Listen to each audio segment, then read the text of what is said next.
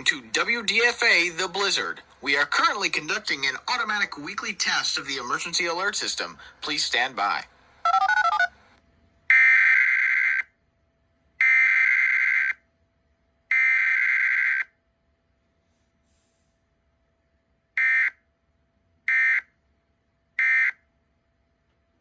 The preceding set of tones were an automated weekly test of the emergency alert system on WDFA. This test is conducted every Saturday at 12 p.m. in coordination with the Olive Branch Weekly Siren Test. WDFA serves the Memphis metropolitan area, as well as the entire United States via IPAWS Common Alert Protocol and other portions of the United States via the Internet Alert Relay Network. This concludes this test of the emergency alert system. We now return to regular programming.